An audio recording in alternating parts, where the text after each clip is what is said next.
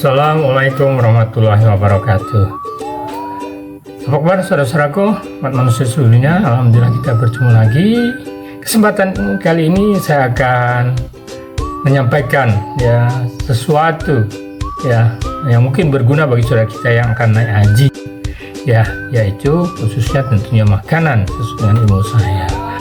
Saudaraku, umat manusia seluruhnya, bagi mereka yang sudah menjalankan ibadah haji, kita bisa merangkumlah kondisi-kondisi yang perlu menjadi perhatian kita berkaitan dengan kesehatan kita. Yang pertama adalah adanya aktivitas fisik yang kuat, yang tinggi, yang aktif, yang sangat aktif. Yang kedua adalah karena jadwal ibadah yang padat dan niat kita memang untuk beribadah sehingga kita sering kekurangan istirahat, dan tentunya yang ketiga adalah karena kita pergi jauh ke negeri orang 8 jam, maka sebenarnya kita akan mendapatkan suhu atau cuaca atau iklim yang berbeda. Apakah itu suhu yang tinggi atau dia dingin? Yang jelas kelembapan yang berbeda antara Indonesia dengan Arab Saudi. Yang keempat, karena haji adalah pertemuan akbar, maka akan berkumpul banyak manusia. Artinya apa? Dari si penyakit, kemungkinan transfer penyakit antar negara itu mungkin terjadi, dan terjadi. Kita tidak menjaga jarak, tidak lagi memakai masker dan sebagainya. Jadi sangat mungkin kita akan mengalami infeksi, dari penyakit-penyakit yang ada, yang mungkin berasal dari di orang Indonesia atau mungkin juga dari negara lain. Nah, dari keadaan 1, 2, 3, dan 4 itu yang mungkin nantinya akan kita alami adalah masalah energi, pemenuhan energi berkaitan dengan aktivitas yang kita lakukan. Yang kedua, kondisi kurang istirahat, perubahan ekstrim, dan kepadatan manusia tadi itu bisa menyebabkan kita mudah terinfeksi, sehingga kekebalan tubuh itu perlu kita perhatikan, imunitas kita terhadap penyakit yang mungkin terus kita tingkatkan. Jadi ada dua hal. Pertama adalah pemenuhan kebutuhan energi, dan kedua adalah bagaimana kita meningkatkan kekebalan tubuh kita. Baik, lalu makanan apa yang ingin saya sampaikan, ingin saya ajukan sebagai kandidat makanan berkhasiat? Ada, dua-duanya ada nanti ketemu di sana. Yang pertama adalah kurma. Kurma itu merupakan sumber energi yang baik, makan nasi, jadi jatah makan yang diberikan itu memang cukup dari sisi makro, dari energi, karbohidrat, dan sebagainya.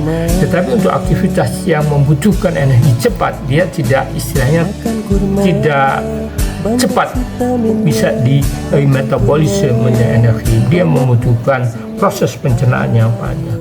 Jadi untuk kondisi-kondisi kebutuhan energi yang mendesak, kita membutuhkan sumber energi yang sederhana, dan itu adalah gula. Anda bisa perhatikan kurma itu mengandung protein lemak. Protein lemak bisa jadi sumber energi, tapi yang pertama digunakan ada karbohidrat. Anda bisa lihat kurma, khususnya tamar ini berupa kering, rutab itu kurma yang masih basah atau mungkin lebih muda itu untuk kurma kering yang biasa kita di Indonesia itu sekitar 71,4%. Jadi itu cukup tinggi karbohidrat, dan yang luar biasa ini 71%-nya adalah berupa gula. Jadi sangat sederhana, mati nasi itu kalau mau dipakai jadi energi harus jadi gula. Nah, ini sama kurma sudah disediakan dalam bentuk gula. Jadi sangat available. Jadi mengkonsumsi kurma itu akan benar-benar menjadi sumber energi yang mumpuni. Dan yang lebih penting lagi, untuk menjadi energi kita membutuhkan metabolisme, dan itu membutuhkan vitamin. Nah, kurma juga mengandung vitamin yang dibutuhkan itu, seperti tiamin, riboflavin, dan niacin. Itu tersedia di kurma, bayangkan. Jadi kebutuhan sumbernya sendiri, terus yang digunakan untuk vitaminnya sudah ada, dan dari sisi mineral, magnesium, ini kofaktor yang juga diperlukan saat metabolisme, dan itu tinggi di kurma. Jadi sebenarnya kurma itu mengandung gula yang jadi bahan bakarnya, kemudian ada perangkat untuk bakarnya. Dan Anda bisa lihat potasium atau K 713 mg, itu 2 kali lipat dibandingkan dengan pisang ya, dan juga lebih tinggi dari tanah. Apa maknanya kalium? Tahun 2020 ada jurnal yang menyatakan bahwa kalium adalah mineral yang sangat dibutuhkan untuk menghasilkan energi di mitokondria. Bayangkan, gula tersedia, kemudian perangkat yang lainnya tersedia. Jadi kurma benar-benar sumber energi yang bisa kita gunakan, berkhasiat sebagai sumber energi saat kita melakukan ibadah haji. Terus apa yang kedua berkaitan dengan sistem imun? Ada juga di sana, itu jarang dilihat.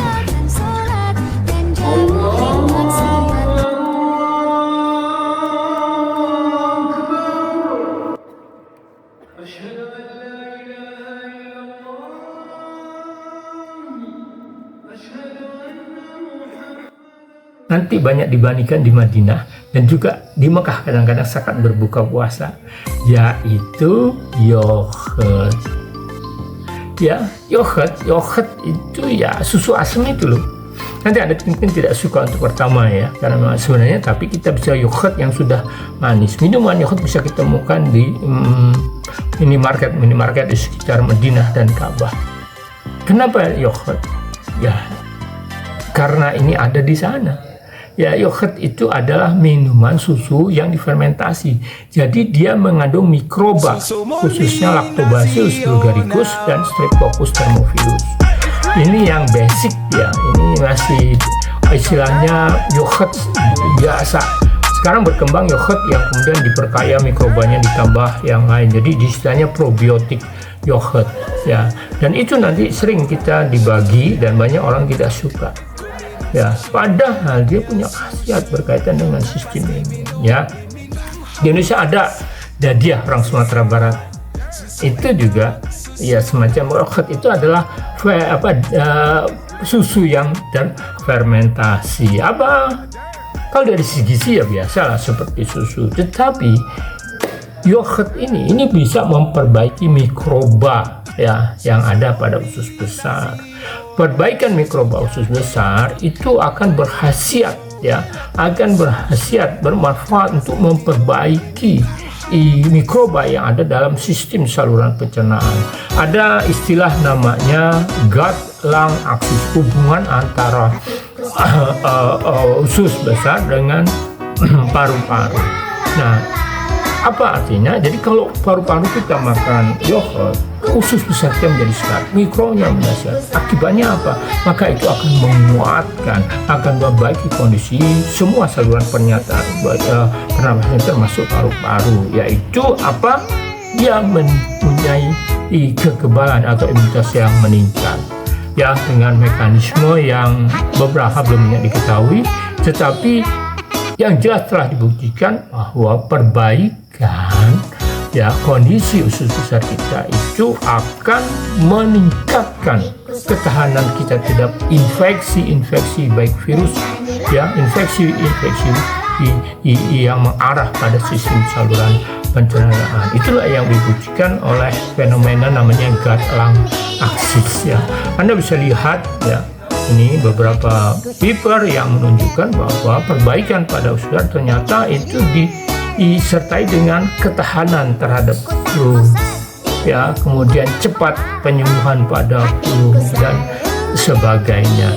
Jadi memang perbaikan pada usus besar ini sangat nyata ya, bahwa dia itu bisa mempercepat atau bahkan mencegah infeksi ya, virus yang berkaitan dengan penyakit yang menyerang saluran pernapasan. Sehingga kalau kita bisa mengkonsumsi ini, dari satu sisi kita bisa menyehatkan sistem pencernaan kita, dan itu sebenarnya juga bisa bermanfaat, berkhasiat untuk berbagai penyakit yang lain, yang sekaligus kita menguatkan sistem imun kita. Dan dengan dua makanan ini, kurma dan yogurt yang bisa kita konsumsi ya secara rutin. Jadi utamanya kita berbekal loh saat beraktivitas itu kurma dan yogurt. Itu akan bisa membantu kita menyediakan energi dan sekaligus mencegah kita ya dari terinfeksi penyakit-penyakit yang umumnya menyerang saluran pernapasan ya. Banyak penelitian yang menunjukkan. Terima kasih itu, semoga bisa bermanfaat dan bisa menjadi bekal bagi Bapak Ibu sekalian yang akan melaksanakan ibadah haji ya, dan mencoba mempraktekkan ini dengan berbekal kurma dan membiasakan konsumsi yogurt setiap hari selama melaksanakan ibadah haji. Walau alam bisawab. Semoga menjadi hadiah makhluk. Assalamualaikum warahmatullahi wabarakatuh. لبيك يا رب لبيك يا الله لبيك